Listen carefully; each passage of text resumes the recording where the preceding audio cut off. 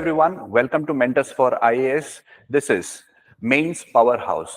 I'm Dr. Arjun Bopanna, and in these videos, we are going to discuss important mains topics as well as some strategies to help you score very high marks in your mains and clear mains in the first attempt. In this video, let me discuss with you the 4 reasons why you end up getting low scores in your mains answers.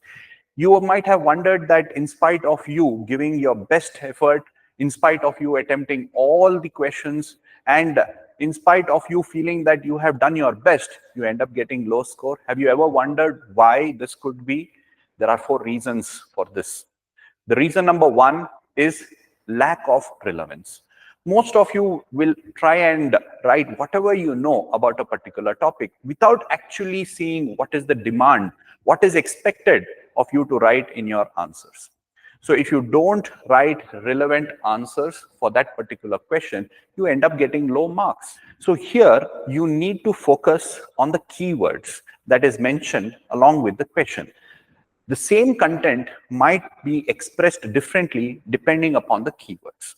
So therefore, make sure that you understand the keywords, understand what is expected out of you in these questions, and then structure your answers accordingly. The second reason why most of you end up getting low score is most of your points are very generic. You end up writing generic ideas, few points which everybody writes in their answers. So you end up getting average or very below average marks. Make sure that your answers contains important facts, data, reports, examples, etc. So you have to make sure that every answer contains points that substantiate your arguments. So don't make it look very generic. The third reason why you end up getting low marks is because your topics are very, very monodimensional. You don't address various dimensions or various aspects of that particular topic. You just stick to one dimension and you just go on writing more and more about it without addressing various other factors. There would be economic dimension to a particular topic, the social dimension, historical context to it.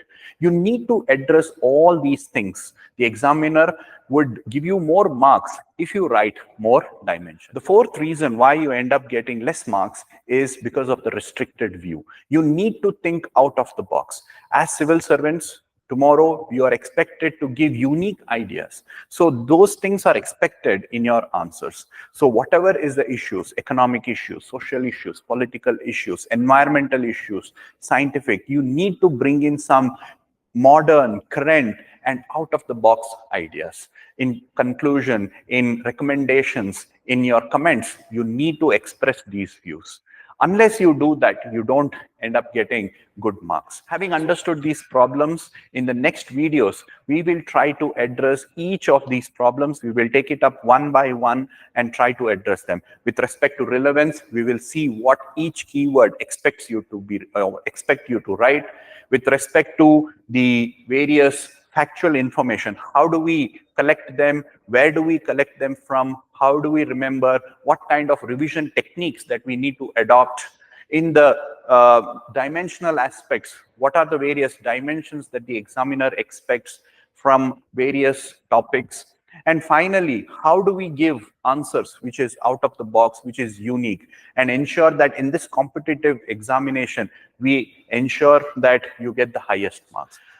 So don't forget to subscribe and don't forget to follow us. Thank you for watching.